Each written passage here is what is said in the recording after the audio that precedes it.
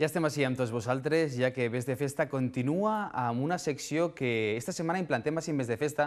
Ja saben que nosaltres tenim una secció dedicada sempre a l'artesania, en la qual fem un reportatge, o si no, tenim a professionals que venen així a estar amb nosaltres per a parlar del seu treball. I per això avui parlem amb el gerent de Flor d'Aigua, Guillermo Esposito. Benvingut, Guillermo. Hola, bona vesprada. Avui anem a conèixer un poquet el teu treball artesanal minuciós, en el qual moltes vegades passió per la tenda, en el carrer del Carmen, on te veig jo minuciosament fent el teu treball, que avui mos exposes així, no? Sí, duc així una xicoteta mostra de les coses que vas fent, i com tu dius és un taller on tot se fa, tot se fabrica, que són peces que estan fetes totes artesanals i amb molta paciència sobretot. Sí, veritat. Veiem un treball minuciós, m'has dut una pinta especial en la qual ja veurem alguna en el teu taller, però veiem el gravat, no? Que minuciós el treball de gravat en una pinta, una peineta, perquè la gent conega, que veiem en les imatges en seguida, no? Sí, són peces que són més especials, per això lo duc, que si n'eix un poc fora de lo normal. Són peces molt personalitzades, concretament és el dibuix del tratge, i són gent que vol algo especial, el que tu dius, més minuciós, amb més faena, i entonces pues, venen allà a la tenda i es prepara la peça eixa personalitzar que tant volen tindre. Sí, no? També és un treball molt delicat que suposa que no dona molt de lloc a l'error, no? A l'hora de fer el gravat especial que fas tu. Sí, no pots tindre error, perquè una cosa que està gravada ja d'ahí no se pot llevar. Tens que anar molt cuidado de que no se te'n vagi al buril, i són moltes hores i molta paciència. El que t'he dit principalment són fer-li moltes hores i tranquil·lament. Moltes vegades veig un treball acabat, però no ens donem compte de tot el que comporta darrere, no? Perquè comencem per un treball d'investigació, el plasmat, el tallar la pinta... Sí, tot és llarg. Sí, abans de començar una pinta, el que tu dius d'un treball d'investigació, està concretament no perquè és del dibuix del tratge, però habitualment són gravats que són antics, jo miren llibres antics, gravats del segle XVIII, del XIX, i entonces ja es comences a adaptar-los a la pinta, perquè potser són gravacions que són rectes, entonces tens que donar-li la forma piramidal per a poder adaptar a la forma de la pinta, i a partir d'ahí es comença a treballar, a donar-li la forma que va tindre la pinta, i entonces ja es fa en paper, i a partir d'ahí és quan es comença a fer.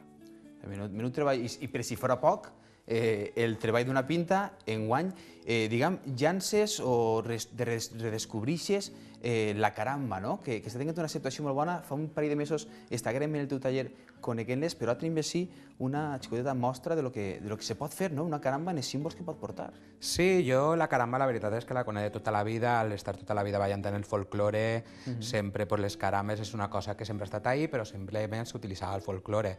Igual que el Munano, sempre des de xicotet, encara que ha sigut pa falles, sempre ha dut una caramba de la Mare de Déu, d'un sant o algo. I justament l'any passat va ser quan se me va ocurrir que tenia un nebot que era president infantil, i entonces volia fer-li algo diferent, volia que duguera un símbol, perquè la falla major infantil du la banda, però el xiquet no, i entonces va ser quan se me va ocurrir traslladar la idea de la caramba, que és un adorno del segle XVIII, al món faller, i va ser gravant-li l'escut de la falla d'ell i ficant-li una llaçant roig. Sí, perquè és un símbol religiós, però en aquest cas també se pot adaptar a un símbol faller. Sí, bueno, les antigues són religioses, sempre eren religioses. El que és l'adaptació al món faller ha sigut el que jo, pues a base de donar voltes al cap, vas traure la idea, i la veritat és que de l'idea de que fora una peça d'home ha derivat més a una peça per dona, que ha sigut la dona la que has començat a marejar, i si el president la pot dur en roig, jo que soy de l'acord d'honor, com me la tenia que ficar? I entonces són coses que dius, pues tu si vols anar de l'acord d'honor, pues seria dur la senyera que el que dus en la banda. I ha sigut la dona la que ha manejat tot el jaleo este de banda, caramba, banda. Ha sigut que això... Sí, perquè molta gent diu que és una distinció, no? Però molta gent pregunta els llaços i els colors dels llaços a què venen?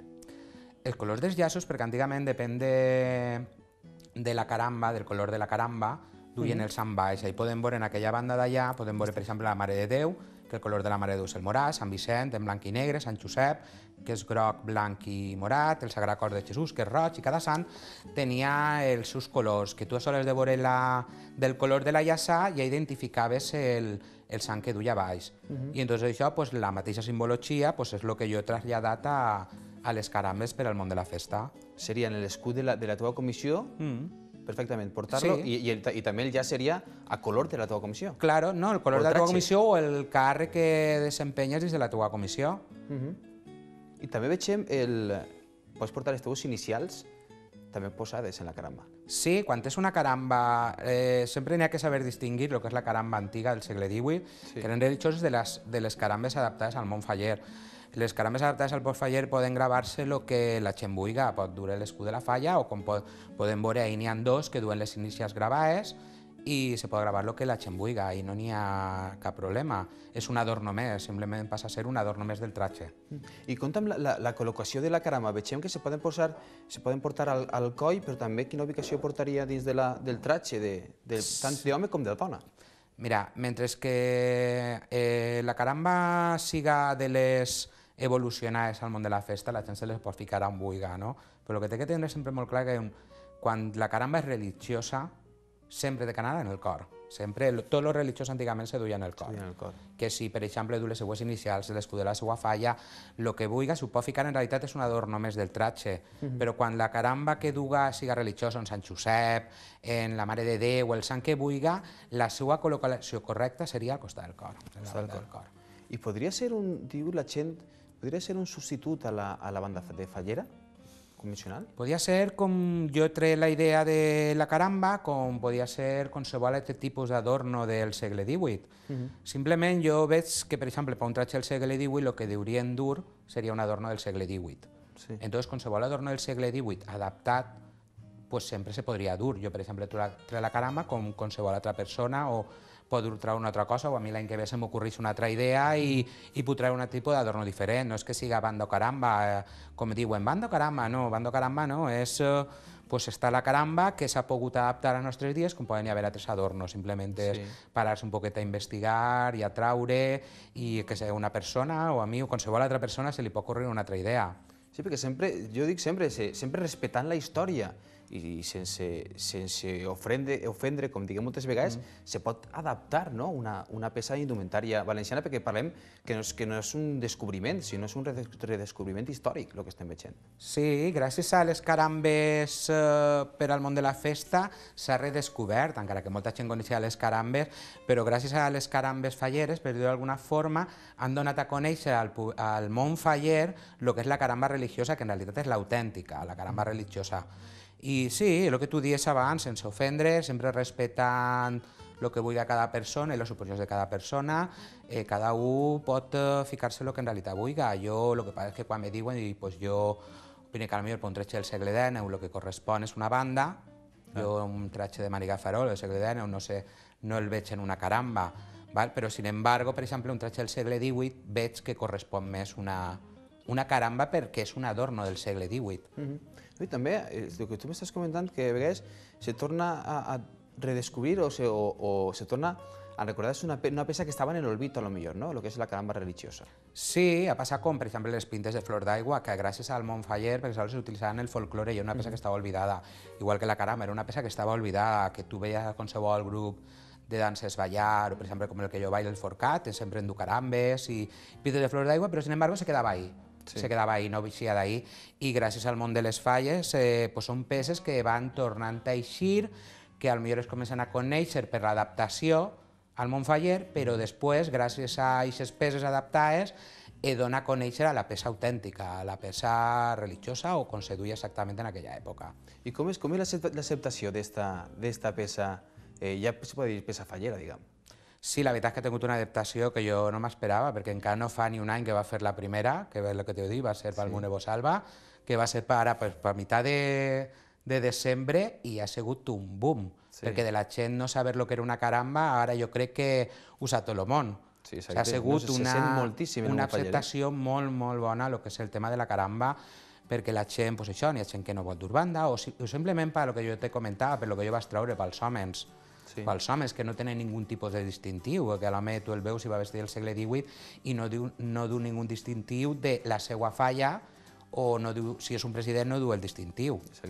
I també això el que s'està fent molt també per falleres majors, per quan no duen la banda, quan són falleres majors que estan proclamades i encara no duen la banda, però ja es comencen a anar als actes de Valenciana, i després una vegada ja duen banda, com si que no correspondria a dur les dues coses, se queda per actes de particular i duen un distintiu, això és tot simbòlic. Això és tota simbologia, tant les antigues com les adaptades, és tota una simbologia d'una època o del món faller. Jo m'imagino, si l'any passat sobre aquestes fetges me'n recordo d'anar al teu taller i estaves desbordat, enguany que llances al mercat una peça, diguem, de distinció, jo imagino mateixa com estaràs a 5 mesos de falles, no? Pues sí, gràcies a Déu, sí, ja vaig loco, ja toco reguents, tot és pair, el que és el Montfaller, que l'he uns dies antes, damunt de que vas en el test molt justet, que tinc que fer-me les fotos, però això són les falles això és locura, és un poc de desenfreno, un poc de tot, que tot és correguents i pa allà, correguents i pa allà. Si no foren les carreres que estem sempre amunt i avall, i més ara, que ara sí que diguem que anem a contar rellonge, i ara les presentacions falleres suposa tot preparat i tot vol anar a l'última hora, no? Tot correguent. Sí, sobretot les carames este any és la locura perquè resulta que han anat a un puesto, sobretot els xiquets, i veuen que el president infantil la du i ens fiquen en contacte i la volen pa allà, que dius que tot correguents, però tot el que puguem ja estan arribem, farem i ja està. Bueno, i on podem anar a aconseguir-la? Conta'm-nos la teva direcció, que siga de la veu de Guillermo Espósito. Pues en el meu taller de pintes, que ara també és de pintes i de carambes, en el carrer de Baix, en el barri del Carmen, en el número 27, allà estic a qui vulgui, i si puc, pues ho faré. Final més faena, si se pot, no? Si se pot. Guillermo, que ha estat un plaer poder mostrar aquest treball que sé que li poses molt de carinyo, li poses molt d'empenyo i en el qual, per una xicoteta pinzellada avui, però n'hi ha molt de què parlar i per això deixem ara aquestes imatges i un altre dia més així per a parlar de tota la història, dels dibuixos, del cincellat, de tot, que tenim molt que parlar. De totes formes, aprofite per convidar a la gent que vulgui este dissabte en la Falla Antonio Molle, Gregorio Gea de Mislata, farà una xicoteta conferència sobre la història de la pinta i la seva evolució, que qui vulgui està convidat a vindre i a saber un poc més de la història de la nostra pinta. Pues encantat, esperem que la gent, i hi ha molta gent apassionada que vol saber d'història, vol conèixer més aquest treball, en el qual pot acostar-se i aquesta conferència guarda't informació per a dir-la així més de festa. Molt bé, d'acord? D'acord. Guillermo, moltes gràcies, de veres. A tu. I amics, nosaltres anem ara a les notícies setmanals. Recorden que aquesta secció de notícies le feu vosaltres enviant els vostres correus electrònics, que són estos.